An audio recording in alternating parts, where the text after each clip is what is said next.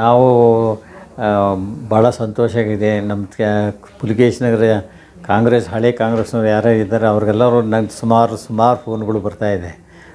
ಒಳ್ಳೆಯದಾಯ್ತು sir, Kharge ಅವರು ಅಧ್ಯಕ್ಷರಾಗಿದ್ದು ಅಂತ. ನಮಗೂ ಕೂಡ ಭಾಳ ಸಂತೋಷ ಅವರು ಅಧ್ಯಕ್ಷರಾಗಿದ್ದು.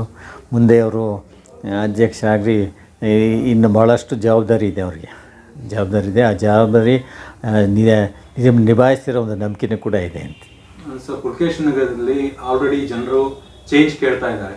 ಸೊ ಖರ್ಗೆ ಸರ್ ನಿಮ್ಮ ಆತ್ಮೀಯರು, ನೀವು ಈಗ ಖರ್ಗೆ ಸರ್ ಅವರಿಗೆ ಪುಲಿಕೇಶಿ ನಗರ ಬಗ್ಗೆ ಚೆನ್ನಾಗಿ ಮಾಹಿತಿ ಇದೆ.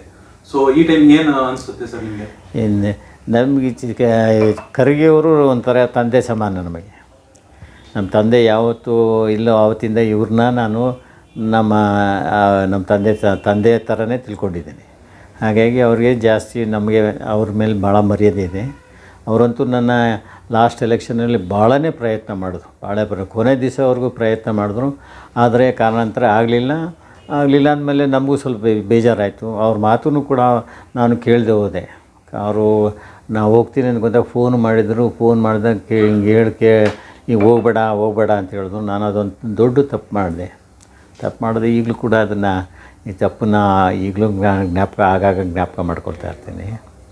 ಸೊ ಈಗ ಮುಂದಿನ ಅಸೆಂಬ್ಲಿ ಎಲೆಕ್ಷನಲ್ಲಿ ನೀವು ಕಾನ್ಸಂಟ್ರೇಟ್ ಮಾಡ್ತೀರಾ ಸರ್? ನಾನು ಈಗ ಕಾಂಗ್ರೆಸ್ ಆದಾಗಿಂದ ಕೂಡ ನಾನು ಕ್ಷೇತ್ರದಲ್ಲಿ ಓಡಾಡ್ತಾ ಇದ್ದೀನಿ. ಎಲ್ಲ ನಾವು ಜಾಕಿರು, ಸಂಪತ್ ರಾಜರು ಎಲ್ಲ ನಮ್ಮ ಕಾಂಗ್ರೆಸ್ನವ್ರ ಜೊತೆ ನಾವೆಲ್ಲ ಸುಮಾರು ಫಂಕ್ಷನ್ ಮಾಡ್ತಿದ್ವಿ. ನಮಗೆ ಯಾರು ನಮ್ಗೆ ಹೇಳಿದ್ರು ಕೂಡ ನಮ್ಮ ಕೆಲಸ ಕಾಂಗ್ರೆಸ್ ಕೆಲಸ ನಾವು ನಿಷ್ಠೆಯಿಂದ ಮಾಡ್ತಿದ್ವಿ. ಹಿಂದೆ ಲಾಸ್ಟ್ ಟೈಮ್ ಟಿಕೆಟ್ ಸಿಗದೆ ಆದಮೇಲೆ ಅದ್ರ ಹಿಂದಿನ 5 ವರ್ಷ ಕೂಡ ನಾನು ಒಂದು ದಿವಸ ಬಿಡದೆ ನಾವು ಕಾಂಗ್ರೆಸ್ಸಿಗೆ ಕೆಲಸ ಮಾಡಿದ್ವಿ. ನಾವೇನು ಕಾಂಗ್ರೆಸ್ ಕೆಲಸ ಮಾಡಿದ್ವು ಅದು ಅವ್ರಿಗೆ ಓಟ್ ಆಯಿತು. ಅವ್ರು ನೋಡಿ ಕ್ಯಾಂಡಿಡೇಟ್ ಮಕ ನೋಡಿ ಓಟ್ ಹಾಕಲಿಲ್ಲ. ನಾವು ಕೆಲಸ ಮಾಡಿದ್ದು ಕಾಂಗ್ರೆಸ್ಗೆ ಅಷ್ಟು ಕೆಲಸ ಮಾಡಿದ್ವಿ. ನಮ್ಮ ಮಾಡಿದ ಕೆಲಸ ಇಡೀ ರಾಜ್ಯದಲ್ಲಿ ಗೊತ್ತಾಗಿದೆ. ಅಷ್ಟು ಕಾಂಗ್ರೆಸ್ ಮಾಡಿರೋ ಕೆಲಸಕ್ಕೆ ಬೆನಿಫಿಟ್ ಅವ್ರು ತೊಗೊಂಡ್ರು ಅಷ್ಟೇ. ಅವ್ರದ್ದೇ ಓಟ್ ಅಂತಲ್ಲ, ಅದು ನಾವು ಶ್ರಮ ಪಟ್ಟಿದ್ದು ಓಟ್ ಅದು ಎಲ್ಲರೂ.